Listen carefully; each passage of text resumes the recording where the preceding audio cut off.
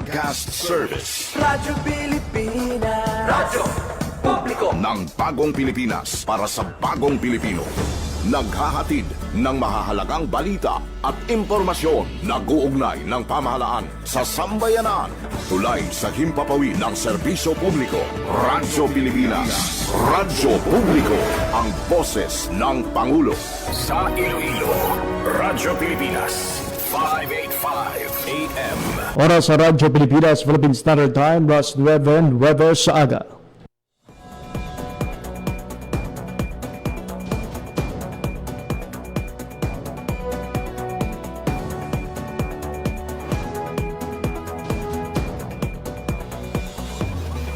Western Visayas, Panay Island na tinamaan itong island-wide blackout. Ang pagsulod mo gid sa maasim watershed. Pinaka-purpose nila ini para sa operation nato. We have that in collaboration with the Department of I am Health. again standing up. Mapiktahan ang ila freedom of expression. Sa Office of Civil Defense naman po. Balita, issue, kag iban pa. Diri sa Radyo Pilipinas. Radyo Publiko.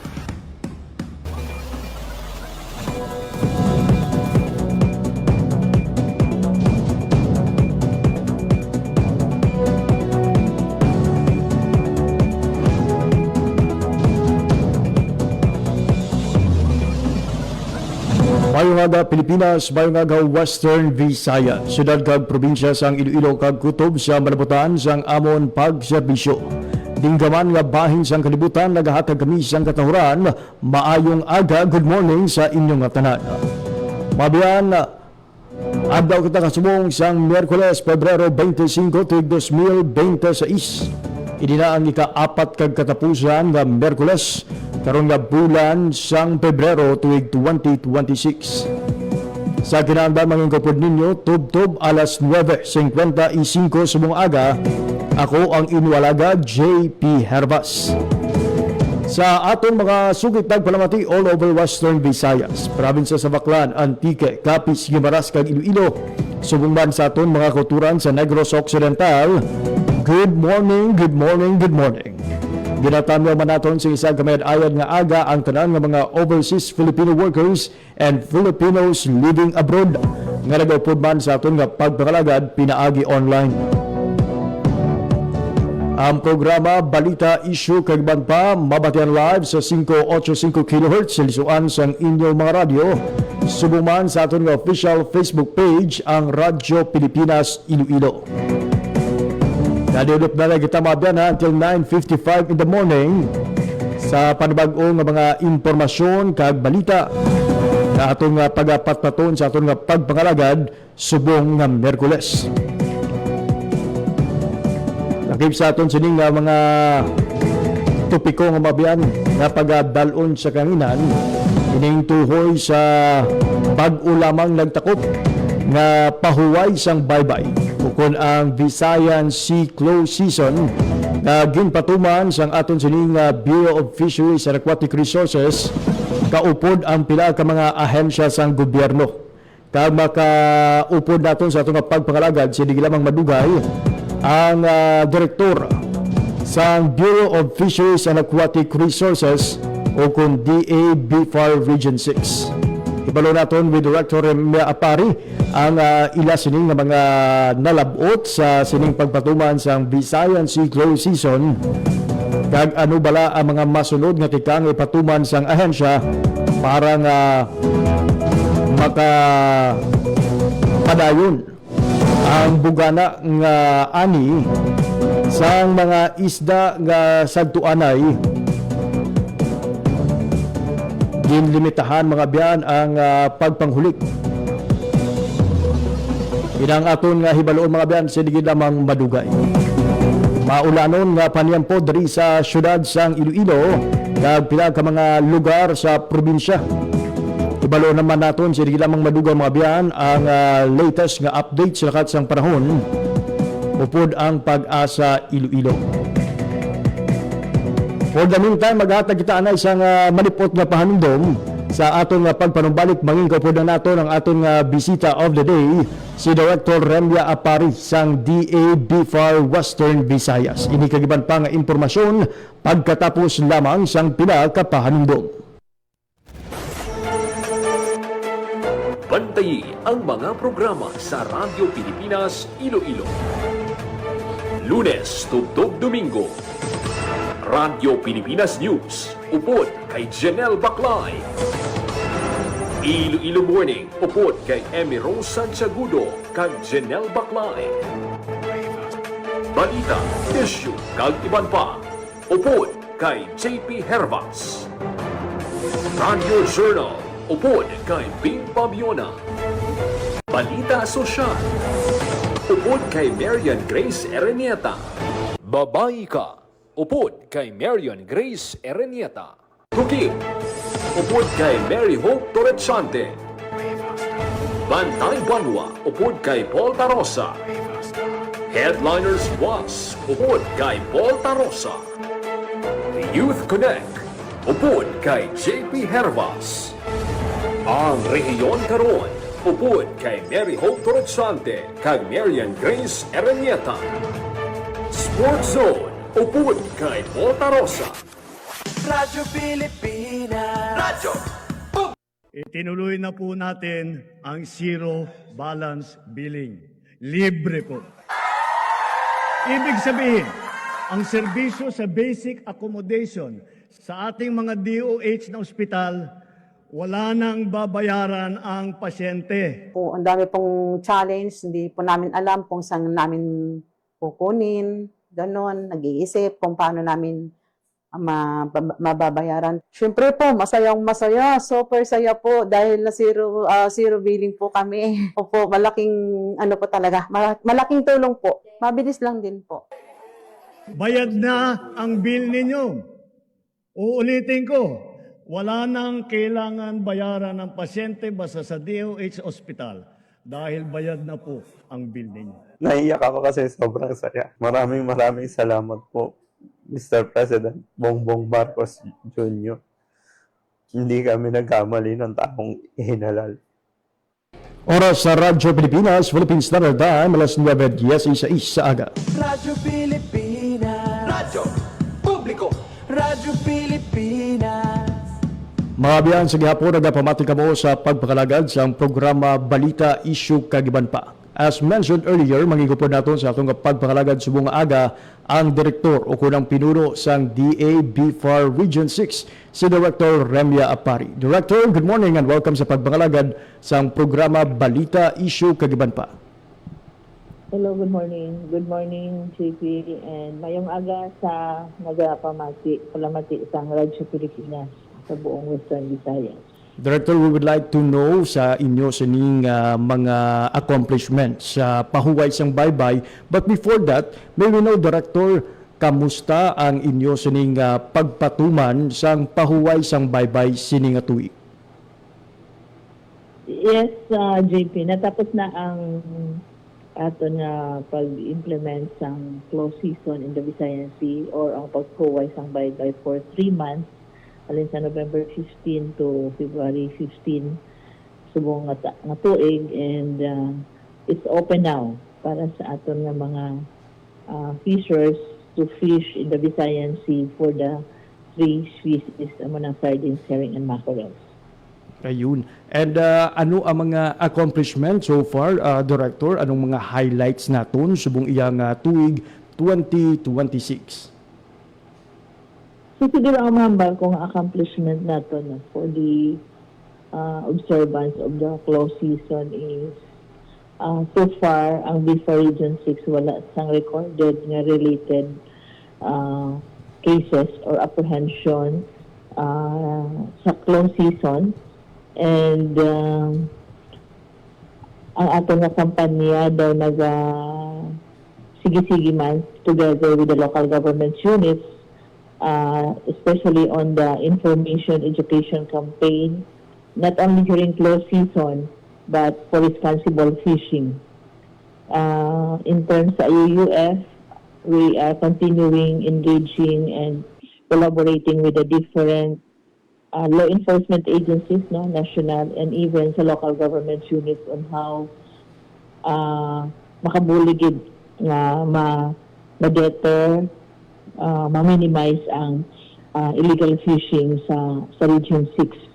Kag ang isa natin ka-accomplishment amo ang pag coordination and collaboration with the local chief executives from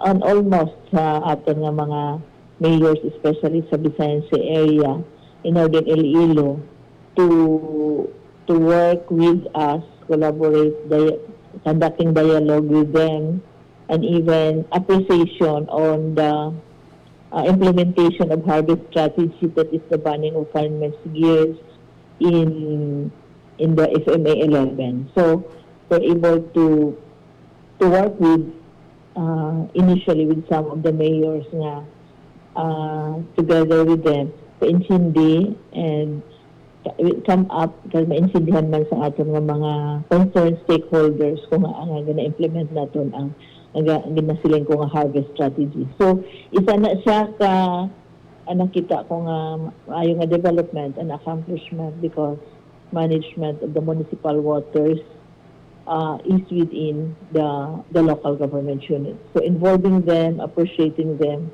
and working with us, dako na sa amon nga nakita nga edge nga we can work together towards sustainable fisheries in FMA 11. Ayun. Director, emphasize ko lang, wala kita sa nga apprehension o kung may nagkaladakpan sa sining pagpatuman sang pahuway sang baybay karong nga tuig. So far, sa BFAR 6, wala kami sang record. And nangin posible ini, Director, bangod man sa dako nga kontribusyon sa aton sining nga mga lokal nga panguluhan. Excuse me, kahit may isang boses mo. Ayun. Director, nangin posible ini, no? As mentioned, sa sabat mo kaina, pinaagi man sa bulig sa aton sining nga mga local chief executive o mga local government units. Yeah. Kada kong isang bulig kay hindi lang, dako isang bulig sa local government unit because for more than a decade nang nagtutok, no? Ang BFAR to implement sang closed season. Parang ara na ang awareness sa local government units and even sa mga fisher folk. Ara na sa ila, balaan na nila nga dino nga pag-abot sang November 15, closed season. So, ang awareness kag nasa ila na nga way of, way of living nga kinanglan ma-participate, kinanglan ma-observe sila sa closed season. So, parang hindi na mabudlay nga ipatuman pa, but rather, ang himuon na lang namon sa BFAR with local government units, parang gina-refresh na lang, ginaliwat na lang, para ma-remind na lang. But then, with the campaign natin for the last 9 to 10 years, the local government units and even the municipal and commercial, automatic makita ko nga ara ang awareness, ara ang nabalaan nila nga we have to observe the closed season during this period. Director, may know right after sang pagtakop sang sining pahuway sang baybay o kanang Visayan Sea closed season, what's next para nga mapabili naton nga bugana ang mga ginahalungan naton nga mga isda sa kadagatan? So, ang kinanglan after the closed season kay based on study man no, nagapakita pa nga may mga may ara pa nga percentage na hindi pa sila dapat dakpo, no? Hulihon or i-catch. So siguro ang parang after the closed season, ang himuon na lang natin is to be responsible fisher. Meaning ma-comply kita sa layi, magamit kita sang tama nga mata sang nets, no? That is legal. Kaya ma-observe kita sa ginahambal ko kaina, gina-emphasize ang harvest strategy on the banning of fine mesh gears, especially sinsoro. Kaya amo gini siya ang isa ka culprit sang overfishing. Kaya ang tanan-tanan, no, hindi lang siya nga lobo-lobo, pero halos ang iba na mga species, mga gagmay larvae, because of the fine mesh gears, like Sinsoro, only sila, that stage, they will not be allowed to grow. They will not be allowed to spawn. They will not be allowed to reproduce and to contribute to their population. So sorry, madula ni. Isa kagina-emphasize namo, kagina-campaign no nga iban ang paggamit sang mga mapino nga mga lambat. Ay ikaduwa amo nga dapat ang aton mga fishers part of is magpa-register ka mo, no, sa inyong sa FishR as fishers, sa inyong baruto, sa inyong gears. And also man ang commercial, dapat magkuha sila lisensya from BFAR. So may process ina, before ka makakuha sa lisensya sa BFAR, you will undergo process from NTC, Marina, then BFAR license. Para maging legal. Kay once na wala ka mo sa mga lisensya, both municipal and commercial, that's illegal fishing. So, gina-encourage namon because through registration and licensing, hopefully, with the local government units and municipal fishers, dapat ang lisensyahan lang nila are those legal methods or gears for fishing. Parang ganon. And ang isa pa siguro is dapat ang kita, no, we know the importance of fish. It has something to do with the food security, national security, and nutritional security of naton. Amo na ang pinaka-source ng protein. Kinahanglan magbuylog kita to manage, no, sa aton nga dunang manggad. And siguro ang mga licensing kag ang municipal, local government units, ang kwan siguro diri is more pagid ang engagement kag paintindi sa aton mga local fishers and even the commercial kung ano mag-work together nga ma-sustain ang fisheries dira sa isa ka lugar, no, nga ma-intindihan nila nga ila man na, but then they have to manage sustainably. So amo na ang mga ginawa natin, no, ginapanugyan nga para ma-sustain natin after the close season. Sundin natin ang whatever existing rules and regulations both from the municipal level up to the national level because that will provide us with sufficient and abundant fish, no, and sustainable fisheries atin nga kadagatan diri sa Region 6. Ayun. So sa pihak nga nagtapos na o kung nagtakop na ang pagbatuman sa Visayan Sea Close Season, padayon sa gihapon na direktor, no, ang aton nga palugyan sa tanan nga mga pumuluyo, sa tanan nga mga coastal residents, no, nga magsunod sa gihapon sa mga pagsulundan not only diri sa local and even sa mga national laws, no, para mapabilin nga bugana gid ang aton sining mga produkto sa kadagatan. Director, may mga challenges man nga naatubang inyo sining opisina karon nga tuig sa pagpatuman sang sining Visayan Sea Close Season, and ano ang mga ginatan-aw naton nga mangin solusyon o kon mangin tikang para nga masolusyonan ang ining problema? So ang challenges, of course, Pelme, is ang mga fishers folk are dependent from fishing. So once nga iban ang panguha sang amoni ng isda, of course affected sila, madulaan. So ang challenge is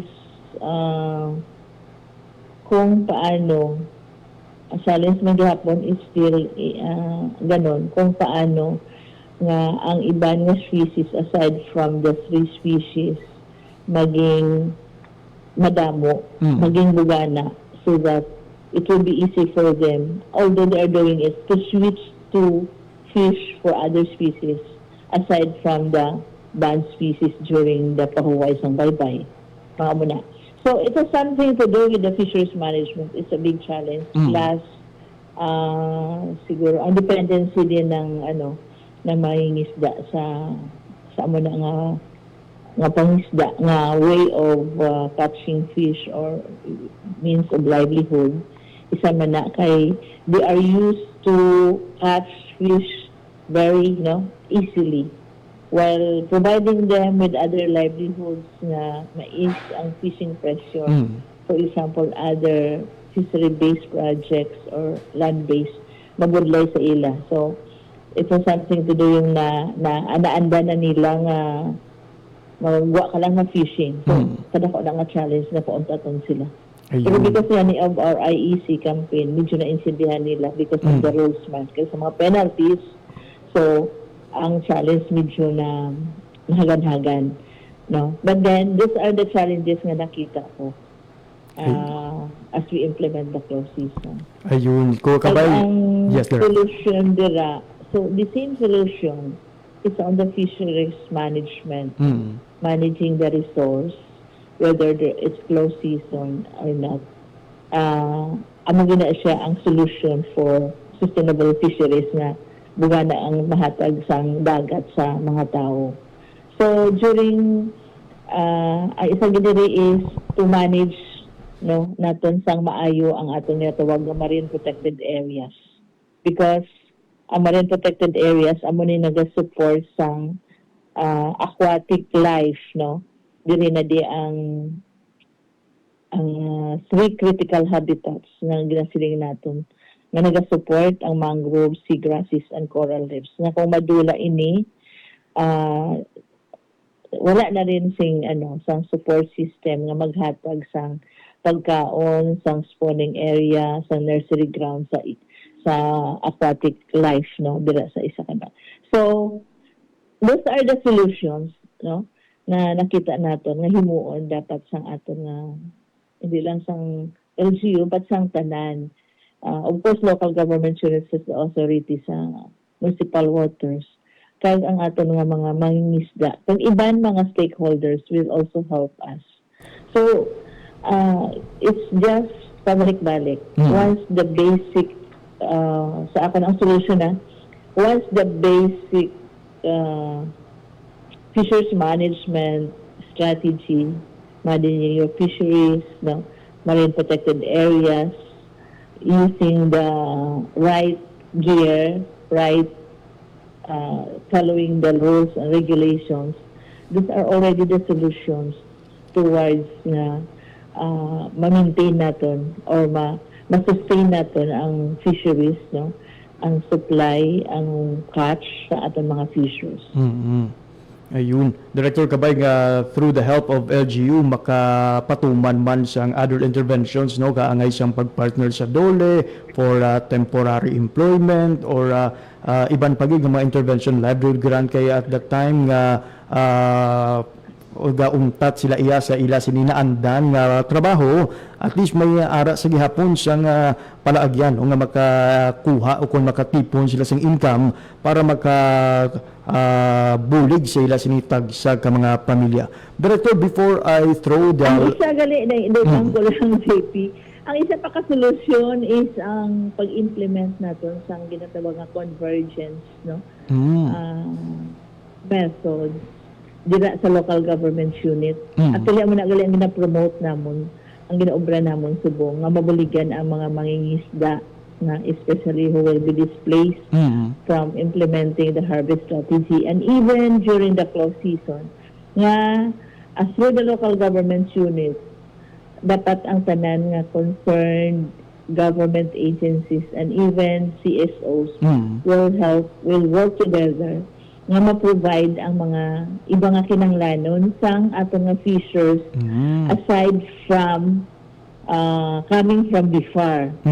Because it requires not only purely yung fisheries technical concern nga requirements, increasing fish, but rather the socio-economic needs or requirements ng fishers coming from the different agencies. Pwede nila mabuligan ang aton fishers para ang dependency sa aton mga mangingisda sa dagat ma-lessen. For example, yung aspirations na naman ng mga pangingisda o kung ng mga fishers, education, food, shelter, health. Which are available sa mga government agencies and even to the mga CSOs or NGOs. So, ang challenge, ginaano ko na lang dito, JP, challenge is how to help the overall nga kinanglanon or gaps, no, nga dapat ma-provide natin sa fishers, which are the socio-economic nga mga deliverables nga available man sa aton nga government. So it's just a matter on how this is what we are working with the local government units to tap other government agencies to help the fishery sector nga i-provide ang non-fishery projects, livelihood projects para mabuligan to supplement their income aside from fishing. So, ang mga nakita naman nga, ang isa pa is on the parametric insurance, we are promoting this. Siguro that's something to do with the social security nga mabuligan ang ato ng mga mangingisda. Ngayon, so kabay, Yes, no? JP, thank you. Oo, kabay, Director, madamo gid sa mga intervention kati maintindihan taman nga gusto man na sa nga aton sining nga mga mangisda for sure nga mapabiling nga bugana ang ila sining panangitan-an. Pero siguro gakabalaka lang sila nga at the time nga ginapatuman ini, posible naman sila ang madulaan gid sa nga pondo para nga mapadayon ang pag-eskwela, ang pagpakaon sa ila sining nga pamilya. So ayun kabay nga makonsider man ang ang pagtap sa DSWD for emergency cash transfer or AX or any intervention, no, ang DOLE for tupad kag ang DTI for the livelihood grants kag gabay nga soon, no, hindi na nato maproblema ini sa tion nga ipatuman ang Visayan Cyclone season. Director, what's next? Magluwas sa sining Visayan Cyclone season, ano pa nga mga aktibidad karon ang gina-focusan sang inyo sining opisina? Sa subong ang opisina, we are on continue pa gihapon ang aton campaign, no, ang aton work on to fight against IUUF. Ara man gihapon gi-exist. So we are conducting seaborne patrol operation, port and landing site, and fish market inspection, no, to monitor the landings, especially those fish caught by dynamite. And regular coordination, info sharing with our task force, no, and also also information sharing IEC sa atong mga stakeholders and local government units, and mag-provide sa mga alternative livelihood sa aton nga mga mangingisda, and also sa mga fishpond operators. So lahat kita sa seaweeds, no, may mga seaweeds for agues, may mga seaweeds farm implements may mga baruto kita, no, mga 20 as a replacement for mga guba nga baruto. And may ara man kita mga for example sa aquaculture, so especially those who were damaged by the different calamities last year. So may mga fingerling distribution with feeds, no, so that is for the aquaculture. And for Saad, that is the special area for agricultural development. Nakatutok kita na for 6 years where we are providing both capacity building for the beneficiaries, no, and alternative livelihoods also sa atong mga mangingisda. And sa mga kasal naman, because it's being exported, so we are trying to facilitate nga ang campaign nga hindi pagpangwaon ang mga bukaka kag mga magagmay, no, para nga ma-sustain man ang fisheries sang Blue Swimming Club or kasag. Ayun. So of course ang isa gid is our program projects on sa FMA, no, sa Fisheries Management Area 11, ang campaign natin for sustainable fisheries. That is ang harvest strategy nga gakampanya gikita nga hindi pagamiton ang mga mapino fine mesh nets, especially ang sinsuro nga nagakuha sa mga larvae and juveniles. So fisheries management, coastal resource management, amo man na ang ginaobra natin until such time na we can say nga we were able to achieve sang level na ang aton isda sa kadagatan are parang are maintained, no, at a level nga makasupport sang community, and also ang production sa aton nga aquaculture, so responsible aquaculture practices man ang gina-promote natin diri. So we are investing also on gapanghatag kita sa mga inputs for shellfish culture like oyster, no, mention ko na seaweeds, kag ang mangrove, even sa mangrove rehab, we are doing that. And we do away with the gears now ay nagtaghatag. And other projects like more of yun nga, IEC. And collaboration also through FMA with other regions, Region 5 and 7, because we share the same resources in the Visayan Sea. Hindi lang kita mag-protect diri, but rather collaboration with them. And yung pag-strengthen paginaton sa aton nga Regional Interagency Task Force against IUUF. So, amo nang work sang BIFAR Region 6 para nga damo kami allies to help BIFAR to manage ang aton nga fisheries and marine resources diri sa Region 6. And to a director, sining karon lang, naghiwat kamo sa pag-turnover sa project worth 20 million sa probinsya sa Antique.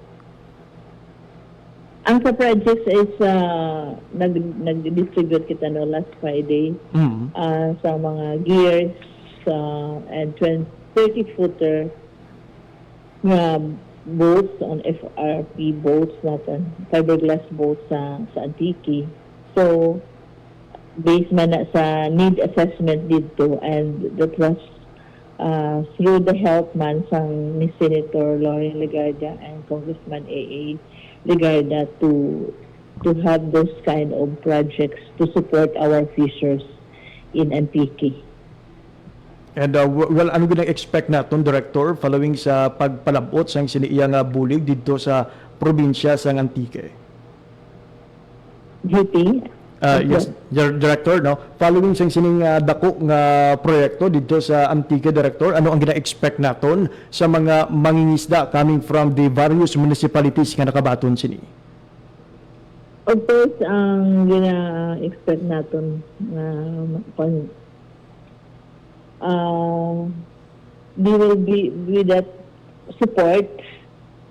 It's not only providing them with those, but may orientation, may seminar on responsible fisheries. Kaya makabuligid sa ilang nga palangitan-an. Kaya ang iba sa ilaw ay isang baruto. Some of them cannot fish, no? Ang kakatabo, nag-hitch lang sila sa ibang may mga baruto. So, providing those fishers na wala isang baruto can really help them in their sa ilang nga palangitan-an. Because they will have that those gamit nga anytime they can use it for fishing. So it's a big help, no? Na may baruto sila and fishing gears nga ila na nga kaugalingon to use it. And ang design sang baruto suits really sa needs sang nila, no? Kaya we have consultation prior to the construction of the boat. So makabuligid, no? But then makabulig sa ilang pang-adlaw kung sa ilang panimalay, pero amo man ang among na-emphasize that we have to be responsible fisher. Ayun, thank you. And with that, kung responsible fisher, so ang matabo, they will have good income, good catch for their family, and later on, siguro yung dependency nila from asking from us sa mga amo na nga mga gamit, ma-sustain na nila that they can provide at their own. So, yun ang nalantaw natin nga makabuligid sa mga sa mga mangingisda ang amo na nga mga fishing gear, paraphernalia, and boats for their fishing as their means of livelihood.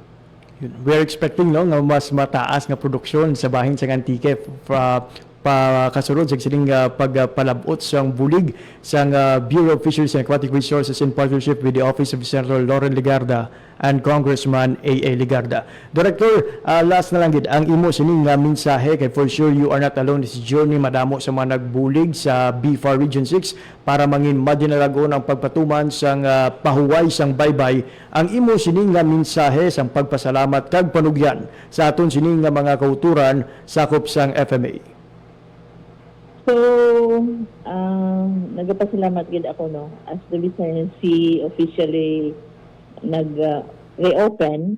So, extend ako sang akon appreciation sa aton nga mga partners in government, mga men in uniform, local government units sa aton partner from Region 5 and 7. And of course, sa tanan nga mga stakeholders, especially sa fishers, both municipal and commercial, nga nagbilog sa pag-observe sang close season o kung pahuway sang baybay for 3 months nga kabay pa nga ara lang gihapon sa inyo nga mga pagipusoon kayo sa inyong mind ang kaimportante sang pag-implementar nato ni sang close season. Siguro naton ini no observe naton gid ang close season every 3 months, and aside from close season ang ilang critical habitats dapat proteksyonan naton para nga sige-sige ang ilang pagdamo, ang ilang buto, ang pagdalagko nga ang ilang critical habitats nga ni or marine protected area mag-supply sang pagkaon kag maayo nga puluyan sa ila, which will be conducive for their growth and reproduction. Kag later on sa ila sa inyo man gihapon makadto because damo ang isda. And managing our resources. So 3 months lang i-manage nato nga magdamo siya. Kag ang this will provide you with the livelihoods, no? Livelihood na even BFAR will not provide you with mga gears, but managing your fisheries during the close season or pahuway sang baybay and the rest of the year. Amo na ang mahatag namon nga livelihoods, amo na mahatag sa inyo nga livelihoods for the fisher folk. Kag ang isa gid nga ginapanugyan ko nga observe naton, isundo naton kung ano ang nakasaad sa municipal ordinance, sa national law, because those are provisions nga nagasaad for sustainable fisheries, no? Managing our resources will provide us with livelihoods, income, and of course, food security, nutrition, and para gid sa kaaraydan sa tanan. So, I hope nga we'll continue sang amo ni siya nga partnership, no, sang collaboration kag not only fishers but all stakeholders because tanan kita are depending our protein nutrients from fish. So dapat kita tanan man magbulig at our own capacity kung paano ma-manage ang aton nga fishery resources para bugana ang aton nga pagpanguha nga makasupport, maging self-reliant kita di sa Western Visayas in terms of fish, no, requirements sa aton nga communities, sa aton nga communities diri sa Region 6. So, we'll work together, we'll use the legal gear, we'll follow the rules, no, voluntary compliance kita. And we love our seas because it is ang dagat lang taw naton nga amo na siya ang gahatag sa aton sang isa ka dako nga kinahanglanon naton sa aton nga pagpangabuhi. So again, thank you JP, thank you Radio Pilipinas for this kind of interview because we were able to again disseminate and provide information, clarification, and advocacy, for sustainable fisheries of our resources, especially ang inistorya natin is the close season sa Visayan Sea, because Visayan Sea is one of the richest fishing grounds in the Philippines. So we have to manage it sustainably para sa atong tanan. With that, thank you, JP. Madamon nga salamat Director Remy Apari sa imo sining pagpamuno sa BFAR Region 6 agud nga mapabilin nga sustainable kag productive ang atong sining nga kadagatan sa bugos nga Western Visayas, not only para sa benepisyo sang karong henerasyon but for the future generations to come. Director, madamo gid nga salamat for your works and words para sa bayan, padayon kag bayong aga. Thank you too. Bye. There you have it, mga biyan, si Director Renya Apari, ang pinuno sa DA BFAR Region 6, iya sining pagpalabot sa aton sa nangin accomplishment sa ila sining opisina in partnership with various government agencies kag local government units kag subong man mga stakeholders coming from the various municipalities covered sang sining pahuway sang baybay o kunang Visayan Sea close season. Emphasize sa sabat ni RD Kaina na despite nagtakop na mga biyan ang aton sining pagpahuway sang baybay o kunang pagpatuman sang Visayan Sea close season, the challenge continues. Ang panghangkat nga ipabilin ang sustainable kaya at the same time produktibo nga kadagatan nakasandig sa kooperasyon sang tanan. Sunod kay Director Remya, dapat nga ipadayon ang pagsunod sa mga municipal ordinances and national laws para nga mapabili naton ang bugana ang aton sining nga mga kadagatan nga human ang nag-supply sa aton kinahanglanon nga protein. Di ko na bastante ang aton nga isda, bastante man ang nutrisyon sa aton nga kalawasan. Alas 9:51 sa aga, mga biyan, nagsugod na sumadlaw sa Merkules ang suspensyon sa face-to-face classes sa mga bulutuan diri sa syudad sang Iloilo. All levels face-to-face classes lang ang suspindido. Ini bangod sang pagbalay sa aton nga syudad sa ASEAN Summit. This will last until Friday, mga biyan, February 27. Sa katuyuan nga mapabilin nga organisado, ma-minimize ang trapiko o diri sa syudad sa Iloilo samtang nagatipon diri ang mga dalaguang opisyal sa nahituhay nga pusod sakop sang Southeast Asia.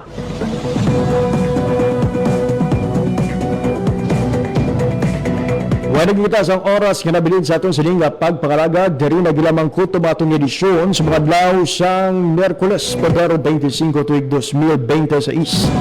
Again, madamog niya salamat sa atong nga nangin bisita of the day si Director Remy Apari sa DA BFAR 6 sa pagbalabot sa aton sa nangin kadalagaan ka mga panghangkat nga ila sinigan atubang sa pagbatuan sa pahuway sang baybay kon Visayan Sea close season subong nga year 2026. Sa ngalan nagilamang sa akon mga katuwang technical were Mr. Vermore Aventura sa studio kag Mr. John Magallanes sa transmitter. Ako naman ang inyo nangin alagad, JP Hervas. Madamo gid nga salamat sa inyong pagpamati. Maayong aga, Pilipinas. Balita, issue, kag iban pa. Diri sa Radyo Pilipinas. Radyo Publiko. Radyo Pilipinas.